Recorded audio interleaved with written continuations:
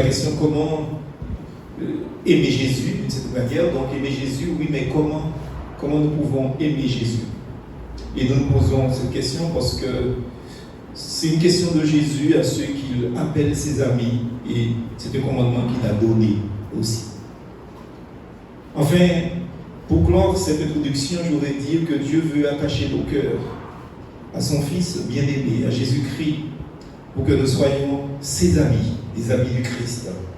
Une telle relation a été réalisée par des personnes dans les évangiles. On a constaté cela, bien-aimé. Et le Seigneur, il avait, contrairement à ce que nous pouvons penser, Jésus avait beaucoup d'ennemis, énormément d'ennemis. Mais Jésus aussi, il avait beaucoup d'amis, beaucoup d'amis. Donc la maison de Béthanie était entrée dans cette amitié et leur occupant. Marthe, Marie, Lazare, évidemment, donc étaient des amis de Jésus-Christ. Alors lorsque le Seigneur a été appelé au chevet de Lazare, justement, il a pu dire, dans Jean chapitre 11, verset 11, il a pu dire, Lazare, notre ami, dort, mais je vais le réveiller. Donc, premièrement, et ce sera le seul grand point, comment aimer Jésus? Alors, on va dire que pour aimer Jésus, le Fils de Dieu, il faut tout d'abord le rencontrer et le connaître. On ne peut pas aimer quelqu'un qu'on n'a pas rencontré et qu'on ne connaît pas. Donc, même maintenant, vous savez que les choses sont modernisées. L'amour est modernisé, les rencontres sont modernisées. Effectivement, des gens se parlent virtuellement sur Internet, mais même là encore, pour pouvoir se connaître, il faut que ces gens se rencontrent. Donc, on ne peut pas aimer quelqu'un qu'on n'a pas rencontré, même si vous parlez à la personne pendant des années sur Internet. Et notre premier sous-point est le suivant, rencontrer Jésus. Et bien sûr, nous vous laissons des textes qui sont des textes importants. Dans Jean chapitre 1er, verset 37 à 39, nous ne lisons pas le texte carrément parce que c'est un sermon, mais nous constatons qu'au début de l'évangile de Jean, les premiers disciples, ils sont mis en contact avec un leader du nom de Jean-Baptiste. Et la Bible appelle, en fait, le précurseur de Jésus-Christ.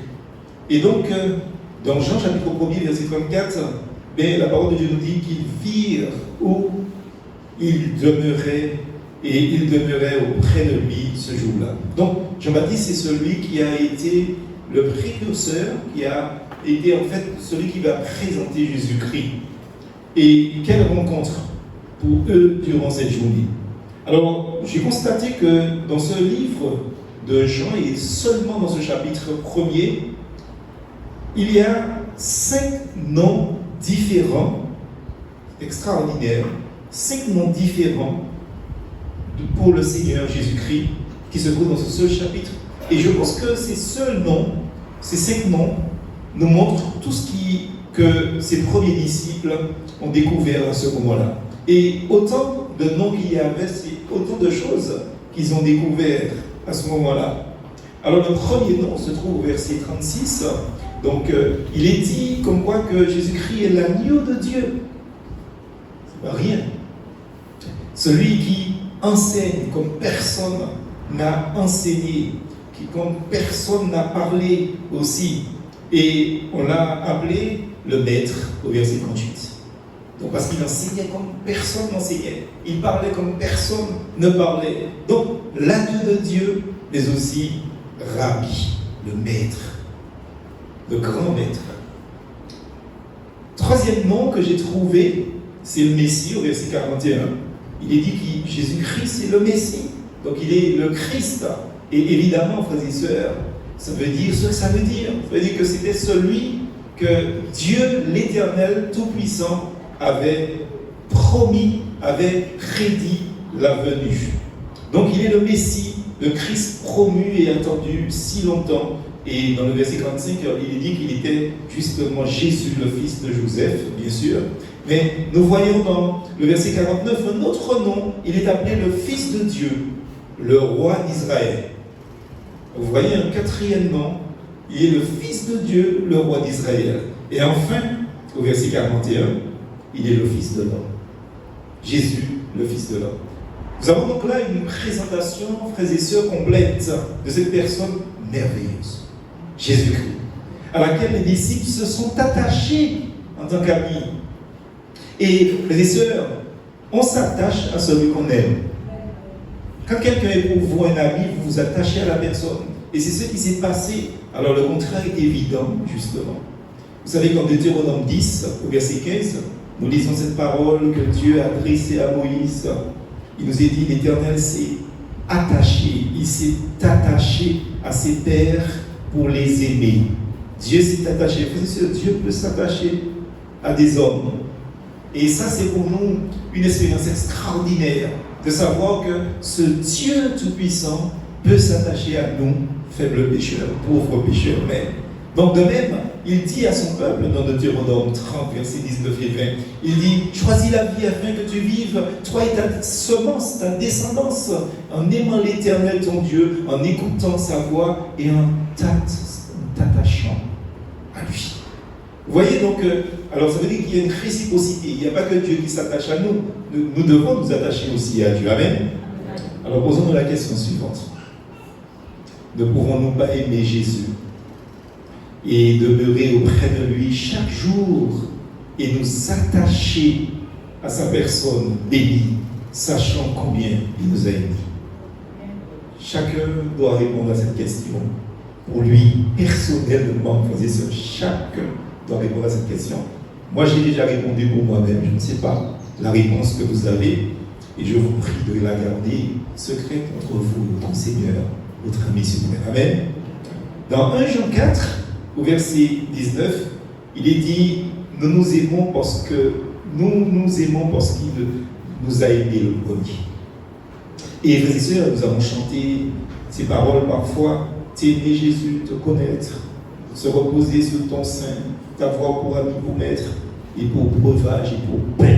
C'est ce que nous venons de faire tout à l'heure dans le symbolisme de la Sainte Seine, en mangeant le pain, en buvant ce breuvage, donc du fruit de la vigne, qui montre notre association complète et parfaite avec le Christ, ce Seigneur, ce grand ami. Et si nous l'avons déjà choisi pour ami, frères et sœurs, on a fait le bon choix. Ce n'est pas la peine de chercher ailleurs. C'est lui le divin ami, c'est cet ami qui ne va jamais changer, qui ne va jamais vous décevoir, qui ne va jamais vous délaisser, parce que Jésus est un ami fidèle. Est-ce qu'on peut dire amen à ça? Un deuxième sous-point, c'est connaître Jésus comme sauveur. Parce que nous avons dit, pour choisir Jésus comme ami, il faut le rencontrer, nécessairement. Mais il faut justement connaître ce Jésus-là comme sauveur. Et le texte en parallèle que nous vous laissons pour lecture personnelle se trouve dans Luc chapitre 7, versets 36 à 50. Ce récit de l'évangile de Luc nous montre que pour aimer Jésus, il faut le connaître comme sauveur. On ne peut pas l'aimer si on ne connaît pas ce qu'il a fait pour nous. Donc, donner sa vie pour nous. C'est ce que la femme pécheresse a réalisé dans la maison de Simon le pharisien. Vous savez, ce dernier, Simon, le pharisien, c'est un homme qui avait invité le Seigneur chez lui, mais sans avoir de besoin personnel, selon lui.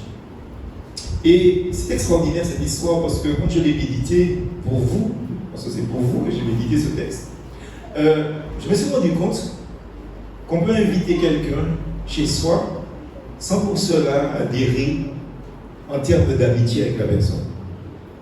Et c'est ce qu'a fait Simon, le pharisien, ce jour-là. Donc, Simon ne pouvait pas comprendre la démarche de cette femme. La démarche venant de cette personne qui, selon lui, était une misérable femme, qui avait un cœur brisé, qui avait un cœur humilié et qui se trouvait là au pied de Jésus-Christ. Le Seigneur va dire à Simon, au verset 47, ses nombreux péchés sont pardonnés. Vous savez, c'est extraordinaire parce qu'à aucun moment, on ne voit cette femme dire quelque chose pour le pardon de ses péchés. Et on a un droit de se poser la question, mais de quel droit, justement, que Christ parle de ses nombreux péchés pardonnés? Certainement, cette femme a dû confesser dans son cœur qu'elle n'est pas digne de se trouver au pied du Seigneur. Certainement, elle a fait un film de sa vie et toutes les mauvaises choses qu'elle a accomplies, elle a dû dire, je suis indigne d'être auprès de l'homme aussi saint, parce qu'il est le Fils de Dieu. Et Jésus qui lit dans les pensées du cœur. Jésus-Christ lui dit, tes nombreux péchés sont effacés. Alléluia. Mais ça vous dit comme quoi que des fois, nous avons peut-être des douleurs internes que nous ne pouvons pas dire, que nous ne pouvons pas exprimer, mais que le Seigneur connaît. Et le Seigneur pardonne. Et Christ dit, il donne cette raison. Ce n'est pas seulement le fait qu'elle aurait confessé son péché, mais c'est surtout parce que dans l'attitude, dans le comportement et dans son intériorité, justement, Jésus-Christ dit, parce qu'elle a beaucoup aimé. Elle a beaucoup aimé. Et il lâche cette flèche à Simon le pharisien, celui à qui il est peu pardonné, aime peu. Et je pense que Simon pharisien a compris le message.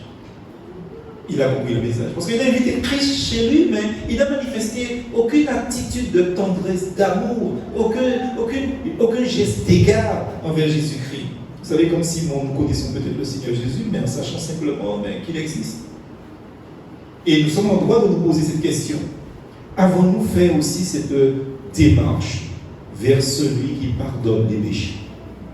Que nous sommes venus ici avec un cœur rempli de péchés, une vie pleine de choses qui ne glorifient pas le Seigneur. On ne peut pas aimer Jésus si on ne l'a pas reçu comme sauveur. Et là, nous nous adressons à une autre catégorie d'individus, justement, qui peuvent peut-être aimer les paroles de Jésus-Christ, aimer les miracles de Jésus-Christ, mais sans pour cela aimer Jésus-Christ au point de reconnaître en lui le sauveur. Parce que vous savez, très souvent, il y a des personnes qui disent que il y a beaucoup de personnes qui ont accepté Christ comme sauveur, mais pas comme Seigneur. Mais j'ai arrêté de dire des choses comme ça parce que moi je crois que quand on a accepté Christ comme sauveur, il devient notre Seigneur. Alléluia. Sinon, on se remet sous la loi, il faut dire sur attention. On se force de l'aimer par nous-mêmes, justement, ce qui est impossible avec notre nature de péché. On ne peut pas aimer Jésus-Christ naturellement, parce que ça vient du Seigneur. Alors, nécessité de l'accepter comme sauveur dans nos vies. Un troisième point, c'est réaliser la communion avec Jésus-Christ. Dans Jean 12, verset 3, le Seigneur est clair sur cela. Elle a mis du parfum d'un grand prix. Elle a parfumé Jésus. Et avec ses cheveux, elle devait en avoir beaucoup, elle a essuyé donc, les pieds de Jésus. Et la Bible nous dit comme quoi que la maison a été remplie, la maison a été embaumée, donc du parfum que cette femme a mis sur Jésus-Christ. Frères et sœurs, c'est pour ça que je titule ce troisième point, réaliser la communion avec Christ. Je pense que pour aimer Jésus, il y a une chose très simple, une chose très importante. Il faut le fréquenter. On ne peut pas aimer quelqu'un qu'on ne fréquente pas. Et frères et sœurs, c'est évident, quand vous ne fréquentez pas quelqu'un, vous n'avez pas d'affinité avec la personne.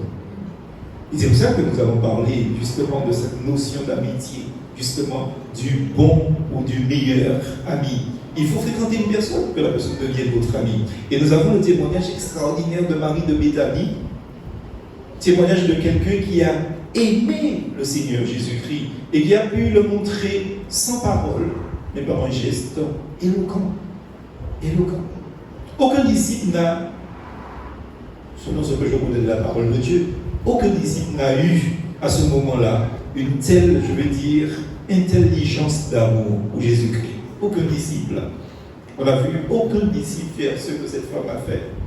Alors posons-nous la question suivante. Comment se fait-il que Marie ait pu accomplir cette bonne œuvre envers le Seigneur avant qu'il ne soit livré pour être conduit à la mort? Comment se fait-il qu'elle ait pu accomplir cette œuvre-là? Eh bien, c'est parce que Marie, avec sa sœur et avec Lazare, son frère, leur frère, eh bien, je pense que s'ils ont accompli cette œuvre-là, c'est parce que ces trois personnes avaient beaucoup fréquenté Jésus.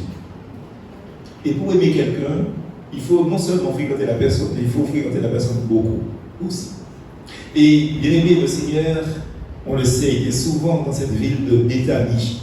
Il aimait certainement venir dans cette maison où il était invité, mais aussi bien accueilli. Parce qu'il ne s'agit pas seulement d'inviter quelqu'un chez soi, il faut bien l'accueillir. Et la question se pose, comment accueillons-nous les personnes que nous invitons?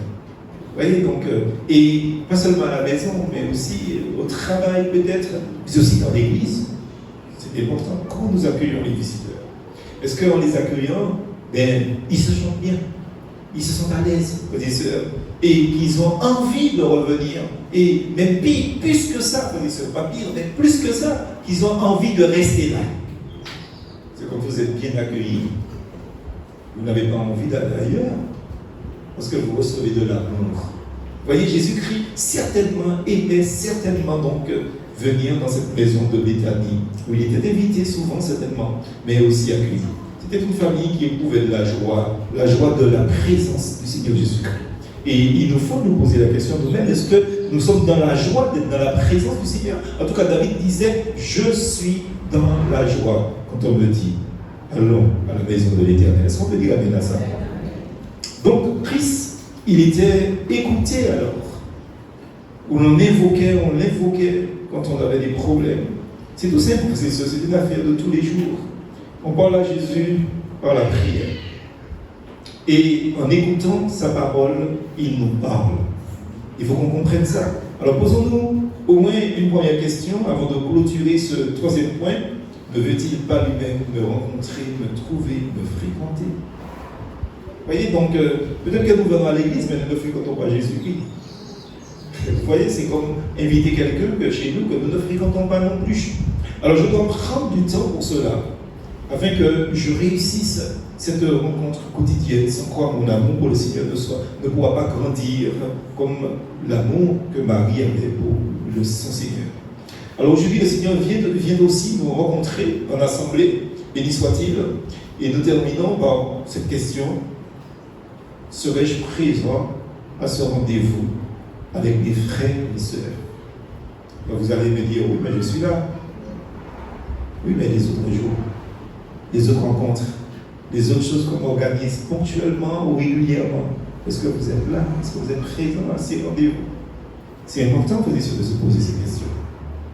Quatrième point, selon Matthieu 6, verset 24, avoir un cœur engagé pour le Seigneur. Un cœur engagé. Moi, je crois que l'engagement de corps est précédé de l'engagement de cœur. C'est ce que je crois. Et je vais quand même lire ce texte où il est dit que personne ne peut servir de maître, car ou il détestera le premier et aimera le second, ou il s'attachera au premier et méprisera le second. Et là, il dit clairement, vous ne pouvez pas servir Dieu et l'argent. Vous voyez, donc, Jésus-Christ, il est clair sur ses propos. Ça, c'est un passage qui nous fait maintenant réfléchir à notre engagement vis-à-vis de Dieu et du Seigneur Jésus-Christ lui-même et des biens matériels. Parce qu'on dit qu'on aime Dieu, mais est-ce que nos biens sont au service du Seigneur? Aimer Dieu, c'est un absolu, frères et sœurs, c'est un absolu. Et aimer Jésus qui nous a aimés est aussi un absolu. C'est aussi un absolu. On ne peut pas l'aimer à moitié. Si vous aimez quelqu'un à moitié, vous n'aimez pas la personne. On n'aime pas les gens à moitié. Si vous aimez une personne, vous n'aimez pas la personne. Eh bien, l'amour pour Jésus ne doit pas être un amour partagé, divisé. Vous voyez, il y a ici là une concurrence sans merci où Mammon, le dieu de l'argent, justement, voudrait prendre la place. Ou du moins, il voudrait prendre une petite place. Il s'ensuit tous les soucis que nous pouvons nous faire par rapport aux biens matériels, par rapport à l'argent, par rapport à notre situation et par rapport à bien d'autres choses. Mammon doit être chassé dans les cœurs des gens. Mammon doit être méprisé. Mammon doit être terrassé, piétiné. Il ne doit avoir aucune place ici, dans l'Église. Et il ne doit avoir aucune place ici, là, dans le cœur. Vous dites, même pas une petite place. Parce que Jésus ne se suffit pas d'une place à 99,99%. Il veut 100%, toute la place. Si vous aimez Jésus à 99,99%, vous n'aimez pas Jésus comme il veut que vous l'aimiez. Parce que le petit 0,0% qui reste et qui appartient à Mammon est une offense à Jésus-Christ. Il faut bien comprendre. Méprisons, frères et sœurs, Mammon. Méprisons donc le Dieu de l'argent. On ne peut pas aimer Dieu et Mammon. On ne peut pas aimer le Fils de Dieu et Mammon. Nous devons examiner cela dans notre vie. Et nous devons signifier cela par cette question, justement. Y a-t-il une concurrence, frères et sœurs? Y a-t-il quelqu'un ou quelque chose qui veut prendre l'amour qui doit être prioritairement pour le Seigneur dans votre cœur? Y a-t-il une concurrence dans votre cœur? Alors, quand on pose cette question, les chrétiens, généralement, ils se posent des questions sur une telle personne qui sont dans leur entourage, qu'ils aiment beaucoup, ou plus ou moins qu'ils aiment. Mais frères et sœurs, moi je pense que ce n'est pas la bonne question, c'est pas la bonne manière de s'interroger face à cette question. Quand je dis y a-t-il une concurrence, y a-t-il quelqu'un ou quelque chose qui veut prendre l'amour, qui doit être prioritairement pour le Seigneur dans votre cœur, moi je ne pense pas à une tierce personne, je pense à moi-même. Parce que je vous ai toujours dit, frères et sœurs, le chrétien il a 3 ennemis. Satan, le monde et lui-même. Vous dites-moi ce que vous voulez, tout ce que vous faites, personne ne vous oblige à le faire. Il n'y a jamais eu personne qui a mis une chaîne dans votre cou et qui vous dit allons commettre un vol. J'ai jamais eu, en 37 ans de ministère officiellement, j'ai jamais rencontré quelqu'un qui m'a dit, quelqu'un a mis un couteau sur ma gorge et il m'a dit commettons un adultère. J'ai jamais trouvé quelqu'un qui m'a dit de manière claire, frères et sœurs, et même de manière voilée, qu'il y a eu une personne qui a mis un fusil sur son temple et lui a dit « commettons le mal ». Pourquoi? Parce que vous êtes maître de votre décision, de vos prises de position, de vos paroles, etc. Vous faites ce que vous avez envie de faire. Personne ne vous oblige de faire ce que vous faites. Et quand vous le faites, ça veut dire comme quoi que vous êtes en concurrence avec celui qui vous dit de ne pas le faire. Est-ce qu'il y a du monde ici? Amen. Vous êtes votre propre problème. Et tant que vous n'avez pas traversé cet ennemi, le moi, vous serez un problème pour Dieu et pour les autres. Vous le comprenez, frères et sœurs? Y a-t-il une concurrence? Y a-t-il quelqu'un, quelque chose qui veut prendre l'amour? Il doit être prioritairement pour le Seigneur. Et je le dis, frères et sœurs, très solennellement, avec beaucoup d'humilité, je le dis, si c'est oui, apportons cela au Seigneur, dans une confession sincère, pour en être délivrés. Parce que des fois, nous sommes esclaves de nous-mêmes. Vous savez, ça arrive souvent, donc médicalement. Des gens qui sont malades, qui ne peuvent plus bouger, plus parler. Ils pensent, mais ils sont esclaves de leurs enveloppes. Ils sont paralysés à vie. Ils sont esclaves de leur corps. Leur corps les tiennent assujettis, sans possibilité de bouger le doigt, de bouger la tête, de bouger les pieds, de s'asseoir, de se mettre debout, de marcher. Ils sont esclaves de leur corps. Il y a des chrétiens qui peut-être bougent les orteils, bougent la tête, bougent les mains, bougent les pieds, mais ils sont quand même esclaves de leur corps. Faites très attention. Apportons cela devant le Seigneur et demandons-lui pardon. Confessons. Confessons, frères et sœurs. Parce que c'est ça la volonté du Seigneur, sa parole. 5e point, gardez la parole du Seigneur dans notre cœur. Et le texte qui nous permet de disséquer sur ce point 5, c'est Jean 14, verset 21. Christ dit clairement que celui qui a mes commandements et qui les garde, c'est celui qui m'aime. C'est celui-là qui m'aime, dit le Seigneur. Or, celui qui m'aime sera aimé de mon Père et moi je l'aimerai. Justement, et je me manifesterai à lui, je me ferai connaître à lui. Garder la parole de Jésus-Christ, frères et sœurs, c'est un défi pour les chrétiens. Vous savez, je lisais il n'y a pas longtemps sur Internet une personne que je connais, que j'ai déjà d'ailleurs visité chez elle. Et quand elle vous parle, vous allez vous dire, mon Dieu, mais quel chrétien engagé, quelle personne qui aime le Seigneur.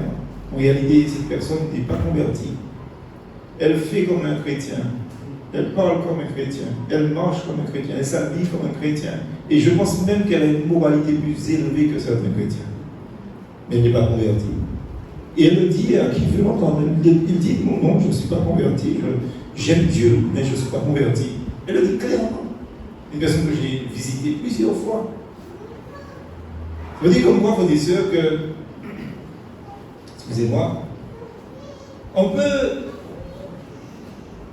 connaître la parole du Seigneur, mais garder la parole du Seigneur et lui obéir, ce n'est pas la même chose.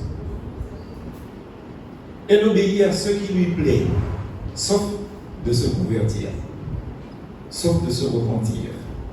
Et les paroles que je viens de vous citer dans Jean 14, verset 21, sont des paroles du Seigneur qui sont très claires. Il est dit que aimer Jésus, c'est garder sa parole. C'est ça, aimer Jésus. Toute l'histoire du christianisme nous montre combien il est difficile de garder les paroles du Seigneur Jésus-Christ en notre temps. Alors posons-nous deux questions. La première, soyons vigilants, serons-nous plus fidèles que ceux qui nous ont précédés? Serons-nous plus fidèles, sachant que ces temps, en ces jours derniers, sont difficiles. Et deuxième question, plus longue, la personne du Seigneur n'est-elle pas la personne la plus importante de ma vie et sa parole n'est-elle pas la plus importante? Parole de grâce et de vérité, parole de vie et parole éternelle. Mais oui, la réponse est oui. Le Seigneur est plus important et sa parole est plus importante, quel que soit ce que les hommes veulent qu'on fasse. Si la parole de Dieu dit le contraire, c'est la parole de Dieu qu'on doit adopter. Ce sont des paroles qui ne passeront jamais. Jamais.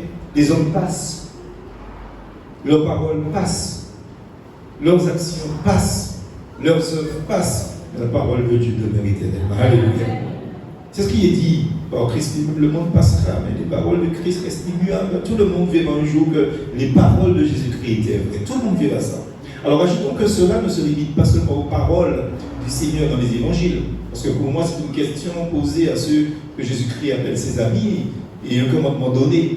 L'apôtre Paul dit dans 1 Thessaloniciens 4, au verset 15, il dit « Voici ce que nous vous disons par la parole du Seigneur. » Par la parole du Seigneur. Ça veut dire que la parole que nous demandons de respecter, ce n'est pas seulement les évangiles, c'est toute sa parole dans les évangiles. La parole du Seigneur, c'est dans tout le Nouveau Testament, aussi et l'Ancien Testament, parce que il est bien triste que tant d'hommes et de femmes n'aient pas reçu ces merveilleuses paroles donc, de Jésus. Et plus encore que certains croyants eux-mêmes ne l'aient pas gardé fermement. Alors soyons exercés pour garder ces paroles en aimant le Seigneur Jésus-Christ, lui le vrai ami. Sixièmement, Christ dit, je vous ai appelé ami. Jean 15, verset 15. Jean 15, verset 15, je vous ai appelé ami. Sixièmement. Et évidemment, le Christ est clair dans ce texte. Il dit, je ne vous appelle plus serviteur parce que le serviteur ne sait pas ce que fait son maître. Je vous ai appelé ami parce que je vous ai fait connaître tout ce que j'ai appris de mon Père. Alléluia. Ce texte est beau. C'est rempli de vérité. Parce que vous savez, quand on a un ami, on lui dit tout. Donc c'est pas ça. Quand on a un ami, on lui dit tout, on lui cache rien. Parce que c'est notre ami. C'est ce que Christ dit. Il dit, je vous ai fait tout connaître. Donc vous êtes mes amis. Alors ce point est un point exclusif parce qu'elle est juste constituée de questions. Et voilà la première. Avant cette première, donc parce que je crois que c'est le Seigneur qui nous a introduits justement dans son intimité, et c'est une grâce qu'il nous a faite, c'est ce que je crois.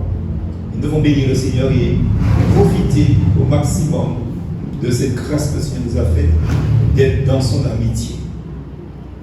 Mais je voudrais nous poser 4 questions. La première, sachant que Christ nous a introduits dans son amitié, comment vais-je y répondre? Vous allez me dire, oui, mais je suis déjà converti, donc j'ai déjà répondu. Non, pas forcément, parce que vous pouvez peut-être être déjà converti, mais sans que vous soyez vraiment ami avec Jésus-Christ. Est-ce que vous lui disiez tout? Est-ce que vous lui confiez tout? Parce que quand on a un véritable ami, on lui dit tout. On lui fait des confidences. Parce que c'est notre ami. Deuxième question, serais-je un fidèle ami de Jésus, de celui qui a laissé sa vie pour moi? Et oui, suis-je prêt à donner aussi ma vie pour lui? Vous voyez, des fois c'est facile de parler, c'est facile de dire des tas de choses, mais attention à ce que nous disons, attention à ce que nous faisons, parce que, il a donné sa vie, il a laissé sa vie pour moi. Est-ce que je suis prêt, si l'occasion arrivait, à laisser ma vie pour lui? Belle question. Chacun se la pose. Troisième question, pourra-t-il me donner n'importe quel commandement? Et là, on entend justement dans cette question, pourra-t-il me donner n'importe quel commandement? C'est-à-dire, quel que soit ce qu'il va me dire de faire, est-ce que je vais le faire? C'est ça, professeur. Est-ce que je vais le faire? Si Jésus-Christ me disait quelque chose de bien précis là à l'instant, est-ce que je le ferai? Chacun d'y répondre. Et enfin, pour clôturer ce point 6, une dernière question. Le prendrai-je à cœur parce que je suis son ami? Alors, quand je dis le prendrai-je à cœur parce que je suis son ennemi, je pense au commandement, quel qu'il soit, quel qu'il soit. Que Dieu nous vienne en aide. Amen. 7e point, vous voyez, les points sont courts et c'est l'avant-dernier point. 7e point, c'est Christ qui parle, c'est pas le pasteur, et Jean qui parle. M'aimes-tu? Oui, puisque s'il est notre ami, un ami, on l'aime. Et on a vu ça au niveau du couple pendant le séminaire cette semaine. Votre meilleur ami, c'est votre femme. Votre meilleur ami, c'est votre mari. Commencez ensemble et après vous finissez ensemble. Et le Seigneur nous pose cette question, m'aimes-tu? Je voudrais lire ce texte, s'il te plaît, Lisa, avec l'assemblée. Lorsqu'ils eurent mangé, Jésus dit à Simon Pierre, Simon, fils de Jonas, m'aimes-tu plus que ceci? Il répondit, oui Seigneur, tu sais que j'ai de l'amour pour toi. Et Jésus va lui dire, nourris mes agneaux, prends soin de mes brebis. Dans cette version. Ce texte est important pour nous. Très très important parce que Jean chapitre 21 va relater cette rencontre du Seigneur avec Simon-Pierre qui était son disciple pour sa pleine restauration. Parce que n'oubliez pas qu'on est là dans un contexte où Pierre a renié Jésus 3 fois. Donc Jésus veut le restaurer. Pierre était un disciple qui aimait beaucoup le Seigneur. Je n'ai pas de doute sur cela, c'est certain, je pense qu'il aimait beaucoup le Seigneur.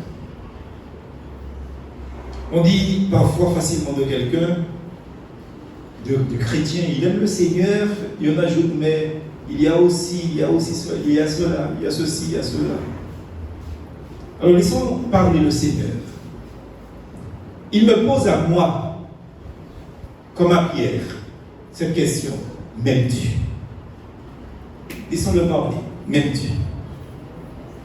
Et je voudrais rentrer dans les profondeurs, même si c'est très légèrement, mais quand même toucher le fond de cette pensée et nous poser la question, que nous enseigne ce passage? Jean 21. Alors il est vrai que nous devons avoir un amour ardent pour le Seigneur. Ça, c'est une réalité. Une réalité. Quand nous lisons Apocalypse, chapitre 2, verset 4, nous voyons que le Seigneur reproche à Éphèse d'avoir abandonné son premier amour. Pour qui? Pour le Seigneur. Vous savez, le premier amour, si vous voulez comprendre vraiment ce que c'est que le premier amour, je vous donne une définition. Crois pas moi.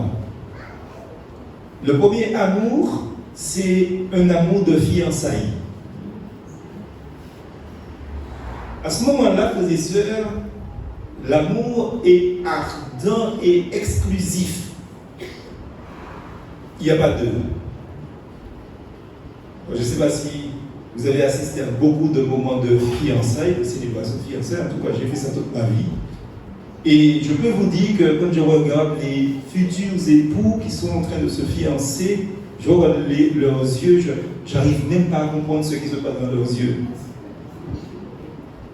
Les yeux qu'ils ont, quand ils se regardent, n'a rien à voir avec les yeux pour la plupart que j'ai vus enfant et que je regardais dans les yeux. Ce n'est pas les mêmes yeux.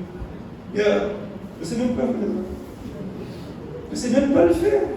Il y a un regard bizarre. Il y a quelque chose qui... Et puis, ce qui est extraordinaire, c'est qu'il n'y a que deux personnes qui comprennent ces regards. Vous savez ça? Le fiancé, et comme disait ma grand-mère, la fiançaise. Ma grand-mère voulait toujours savoir si j'aimais quelqu'un. Mais pourquoi on va mettre une fiançaise? Bah, oui. C'est sa manière de dire les choses. Premier amour, c'est quelque chose de particulier. Un amour de fiançailles. Ardent, exclusif.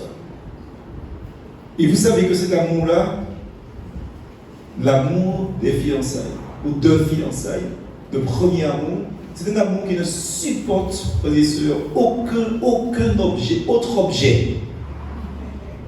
Vous savez ça? Quand vous voyez deux personnes qui sont fiancées, ou ils viennent s'asseoir dans le temps, il y en a 6 bols. On ne peut même pas faire passer une feuille de papier au milieu. Je ne vous dis pas quand ils sont mariés. Quand ils sont mariés, le boulevard du Général de Gaulle peut être restauré au milieu d'eux après le mariage. Hélas. L'amour de fiançailles ne supporte aucun objet. Parce que c'est un amour qui se donne entièrement à une seule personne, exclusivement. Et ce premier amour, frères et sœurs, le Seigneur nous l'a donné. Le Seigneur nous a donné cet amour-là quand il nous a trouvés. Là, je ne parle pas de fiançailles. Et il nous faut le retenir. Pour le retenir, nous devons aussi le cultiver. Pierre avait un amour ardent pour le Seigneur, je n'en doute pas. Mais il n'avait pas un amour humble. Pierre, c'est quelqu'un qui se confie en lui-même. Ce qui a provoqué chez lui une chute retentissante, justement dans sa vie. Pierre a osé dire, devant tout le monde, il a confessé devant tout le monde, il a dit une chose qu'il ne devait pas dire. Il a dit, mais quand toutes les autres qui sont là vont m'abandonner, moi je donnerai ma vie pour toi. On va pas aller trop vite des fois. Et on voit des personnes qui disent des tas de choses, mais quand on est dans la situation, ils ont déjà changé. Parce que des fois on parle trop. Pierre parlait trop. Il a dit des choses, mais à la moindre occasion, il était en contradiction avec tout ce qu'il a dit. Tout ce qu'il a dit. Parce que ça, c'est terrible. Et comme il a dit à Jésus, parce que Jésus ne lui parle pas comme ça, par hasard. Jésus, il a dit devant tout le monde que même quand tous vont t'abandonner, moi je ne vais pas t'abandonner. Alors Christ, maintenant, il revient à la charge, il dit, Pierre, M'aimes-tu plus que cela? Mais c'est lui qui avait dit ça. C'est pas Jésus qui est en train de le mettre à l'épreuve. Jésus-Christ se base sur quelque chose qui a été dit. Et vous savez, je suis un peu comme le Seigneur. Quand vous avez dit quelque chose, j'attends que vous agissiez comme ce que vous dites. Parce qu'après, je ne vous comprends plus. Vous devez agir comme tout ce que vous avez dit. Quand je ne sais pas quoi faire, je ferme ma bouche.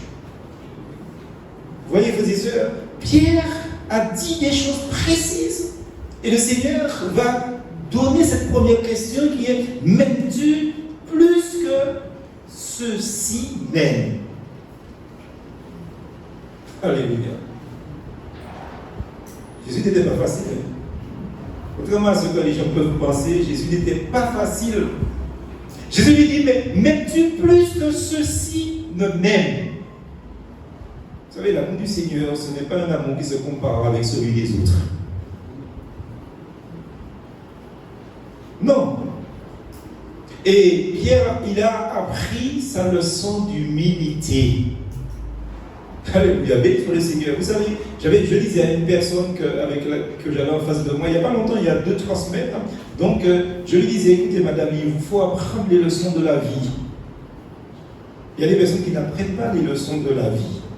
Et Pierre a appris là, justement, sa leçon. Parce que, comme je vous ai dit, l'amour du Seigneur, c'est un amour qui ne se compare pas avec les autres frères et sœurs. Pierre peut se dire maintenant et dire à Jésus-Christ avec beaucoup d'humilité. Il va dire à Jésus: Seigneur, tu sais tout.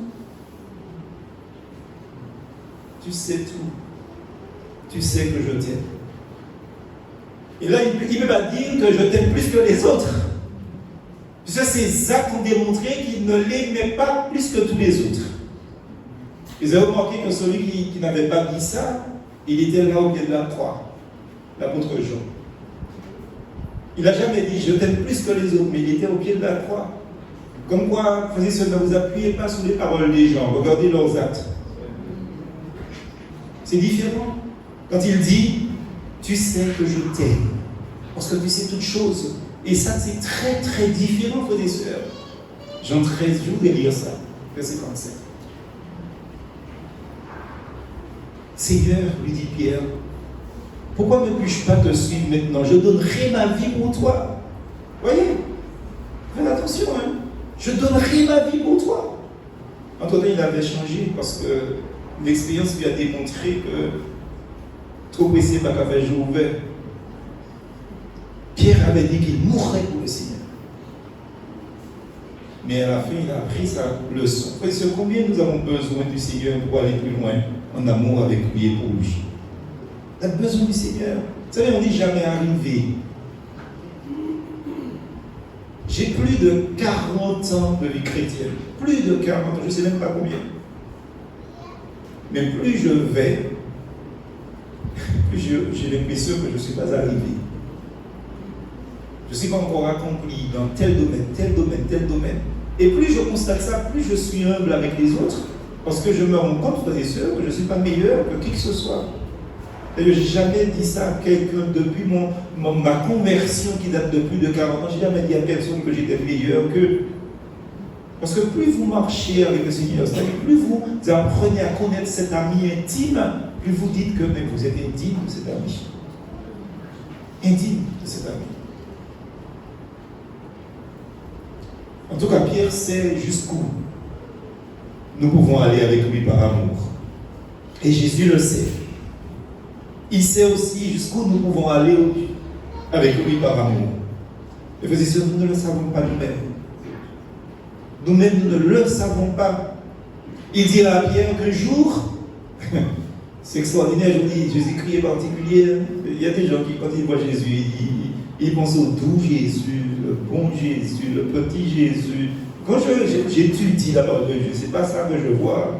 Je vois le dur Jésus des fois.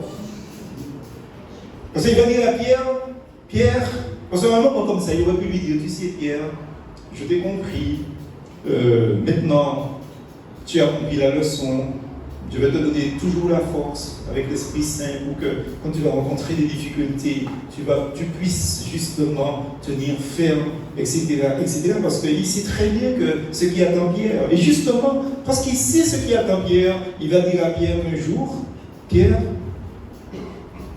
tu vas vraiment laisser ta vie.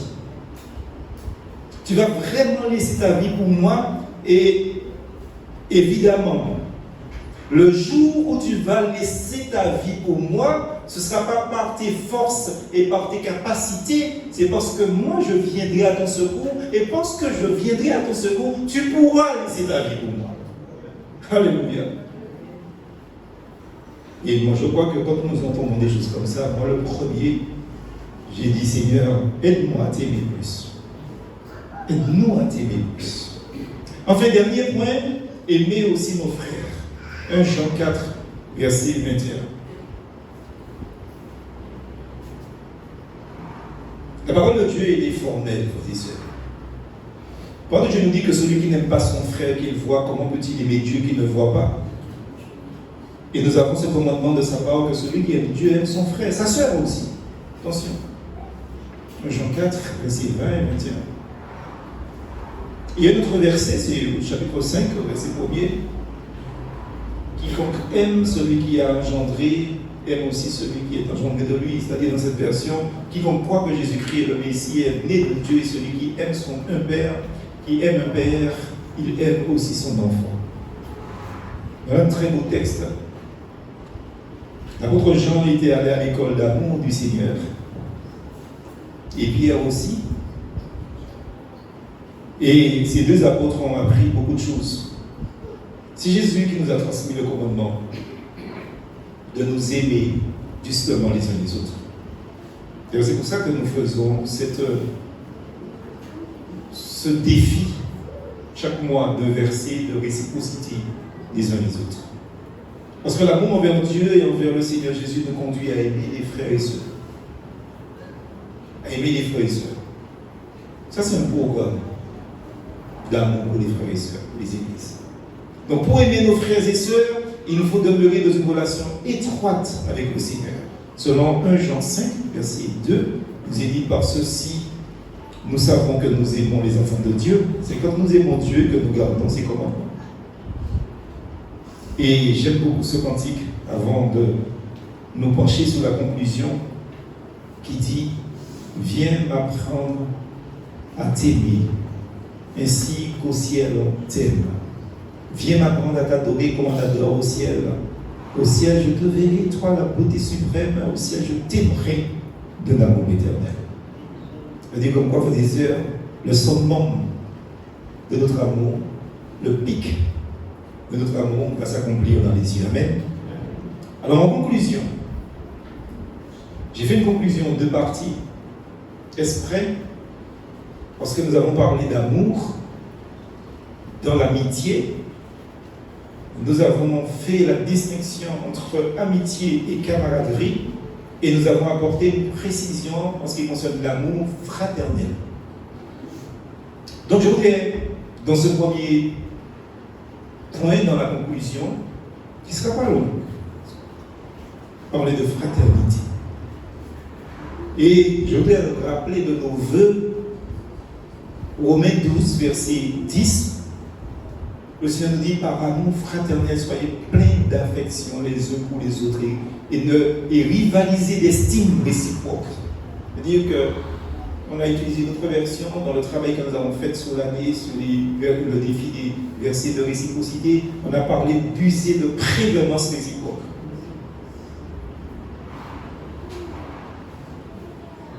Bien-aimés, je veux vous alerter tous. Et je pense que cette alerte est un rappel parce que vous savez comment, dans quelle société nous nous trouvons. Nous nous trouvons dans une société où l'égoïsme et l'indifférence semblent avoir gagné toute la société. Et même toutes les sociétés. Les gens sont égoïstes.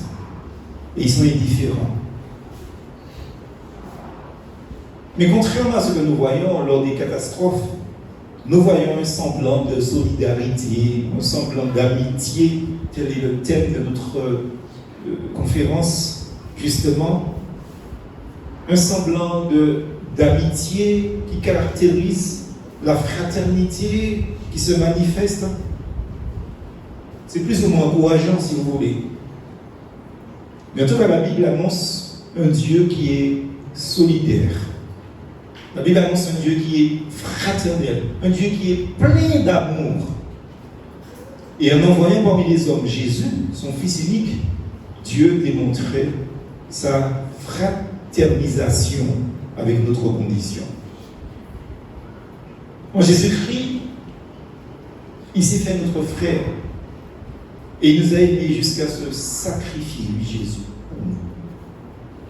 Être solidaire, être avec celui qui est dans le besoin.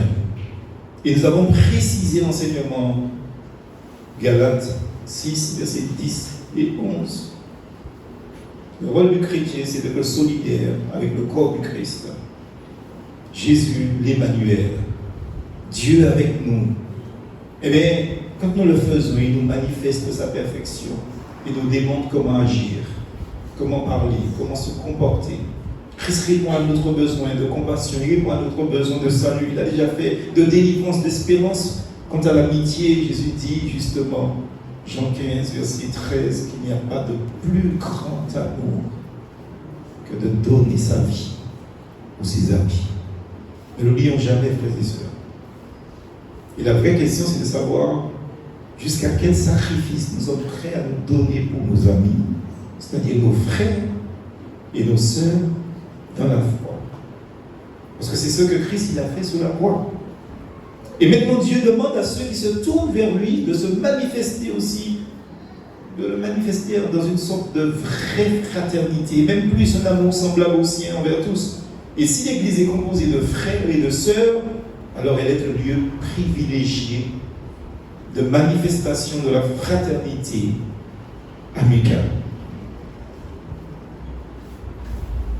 Et la vivre dans la communauté doit être un tremplin justement pour la vivre dans la société. Parce que nous connaissons l'amour de Christ et cet amour nous motive à nous aider les uns les autres. C'est ce que la parole de Dieu nous dit clairement. Deuxième point dans cette conclusion, beaucoup plus courte. L'ami aime en tout temps. On a cité ce texte et je pense qu'à ce stade, vous connaissez ce texte par cœur de Proverbe 17, verset 17, justement, où il est dit qu'un ami montre en tout temps son amour et qu'il est vraiment là, présent dans le malheur. Alors, je vous ai reporté hier cette anecdote, mais je le fais parce qu'il y a des gens qui sont sur Internet et puis qui n'ont pas entendu cette anecdote. Je vous ai parlé de cette jeune fille qui devait se marier avec son fiancé, justement, parce que la guerre éclata. Et on a mobilisé donc ce jeune Jean et on l'a envoyé dans les zones les plus rudes du combat. Et lorsqu'il revient de la guerre, il était devenu aveugle. Il avait perdu donc la santé aussi. Une balle l'avait privé de la vue. Et ce jeune homme était très affecté par son infirmité, ses incapacités, parce que c'était incurable. Donc, et il crut devoir rendre à sa fiancée sa parole et la bague. Et la fiancée lui a dit « Non, mon ami, non, mon ami. » Vous voyez, ça c'est vraiment important. « Non, mon ami, lui dit-elle. » Il disait « Maintenant que tu as le plus besoin de moi. » Et cette jeune femme est devenue sa femme. Alléluia. Quelle histoire, mes frères et sœurs. Quelle histoire. Et je disais hier, on pense plus au meilleur, mais pas au pire. Je pense que ce sont aux heures douloureuses que l'on peut constater la solidarité d'une vraie amitié et la fidélité de ceux qui disent qu'ils nous aiment. Nous ne devons et pouvons plus en douter quand ces gens se disent « Je suis là pour toi, je suis là avec toi, on est ensemble ». Parce que Jésus est par excellence, bien-aimé, cet ami fidèle qui nous aime en tout temps. Aux heures où tout semble facile, Jésus est là, mais aux heures difficiles, Jésus est là. Dieu a dit jadis à son peuple, le peuple d'Israël, dans Jérémie 31, verset 3, il lui dit « De loin L'Éternel s'est montré à moi et Dieu dit, je t'aime d'un amour éternel. C'est pour ça que je te conserve ma bonté. Je t'aime d'un amour éternel. Pour nous, on peut dire à une personne qu'on aime d'un amour justement jusqu'à notre mort. Et je pense que ce que Dieu dit à Israël, il nous le dit aussi. Il nous aime, lui, de l'amour éternel. Il ne va jamais nous abandonner. Donc, frères et sœurs, le Seigneur, il n'abandonnera jamais ceux qui sont dans la souffrance ou le malheur. Et nous pouvons lire dans la Bible que Dieu dit lui-même, Hébreux 13, verset 5, le Seigneur dit, ne vous livrez pas à l'amour de l'argent, contentez-vous de ce que vous avez, car Dieu lui-même a dit, je ne te délaisserai point, et je ne t'abandonnerai point. Ce qui veut dire que je ne te délaisserai jamais, et je ne t'abandonnerai jamais. Mes sœurs, continuez à aimer cet ami et approfondissez votre relation avec lui.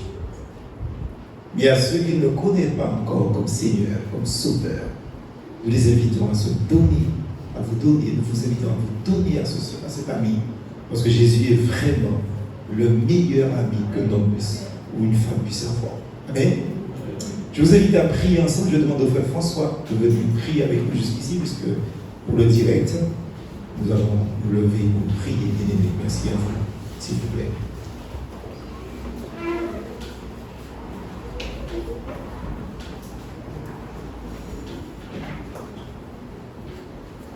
Prions.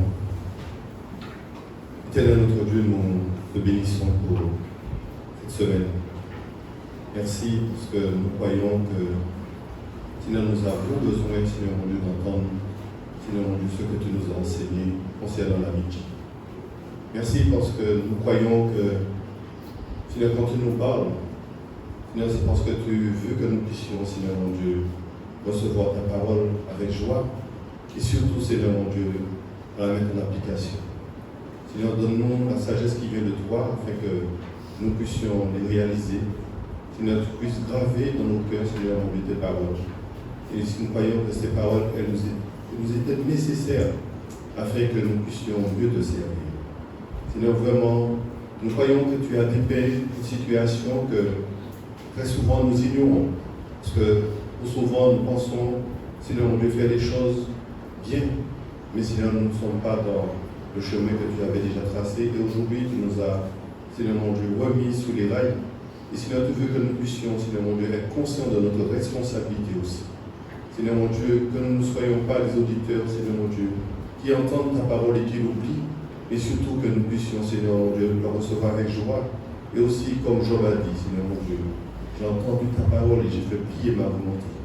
Donne-nous à faire plier notre volonté, Seigneur mon Dieu, là où il y a de la résistance, là où nous voulons vraiment, Seigneur mon Dieu, faire les choses d'après nous. Mais Seigneur mon Dieu, nous voulons vraiment t'aimer, parce que si nous t'aimons, Seigneur mon Dieu, c'est parce que nous voulons obéir totalement à ce que tu nous, Seigneur mon Dieu, tu nous as donné comme injonction. Seigneur mon Dieu, vraiment bénis ton peuple. Bénis, Seigneur mon Dieu, notre motivation, Seigneur mon Dieu. Et Seigneur mon Dieu, s'il y a de ceux qui veulent résister, parle au cœur, Seigneur mon Dieu, afin qu'ils, Seigneur mon Dieu, se soumettent à ta volonté. Seigneur, nous croyons que tu es un Dieu juste. Et tu es un Dieu, Seigneur, tu nous as tant aimés.